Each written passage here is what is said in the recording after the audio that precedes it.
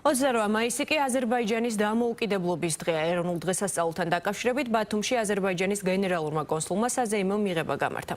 მიღებაზე აჭარის ავტონომიური რესპუბლიკის საკანონმდებლო და აღმასრულებელი ხელისუფლების წარმომადგენლებთან ერთად მიწვეული იყვნენ ხელოვანები.